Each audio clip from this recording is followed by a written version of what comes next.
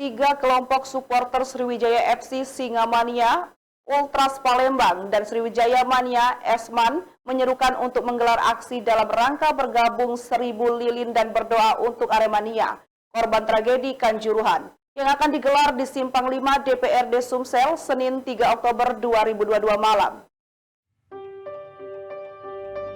Dijelaskan Edi Ismail, aksi 1000 lilin ini merupakan wujud solidaritas para supporter Sriwijaya FC yang ada di Sumsel atas tragedi Kanjuruhan yang menimpa kawan-kawan Aremania. Dunia sepak bola khususnya kelompok supporter berduka dengan meninggalnya lebih dari 100 orang Aremania dan aparat pada tragedi Kanjuruhan laga Arema versus Persebaya di Malang, Jawa Timur, Sabtu 1 Oktober 2022 malam. Ia mengusulkan agar manajemen klub dan pihak keamanan merangkul para supporter dengan mewadahinya sejenis jambore. Yayan menyatakan pihaknya menyayangkan banyak gas air mata di stadion, penonton di stadion ditembaki gas air mata, dan ia menduga tindakan represif ini merupakan pelanggaran berat dan HAM.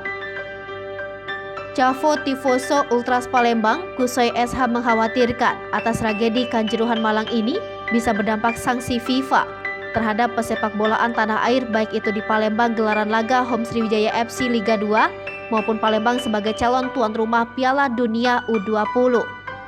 Tragedi ini tentu sangat memukul, apalagi timnas saat ini sedang bagus-bagusnya di bawah asuhan Coach Sintayong. Kusoi juga berharap agar Kapolri untuk mengusut tuntas jajarannya yang dinilai telah bertindak di luar batas kemanusiaan karena jelas gas air mata dan senjata api dilarang masuk stadion.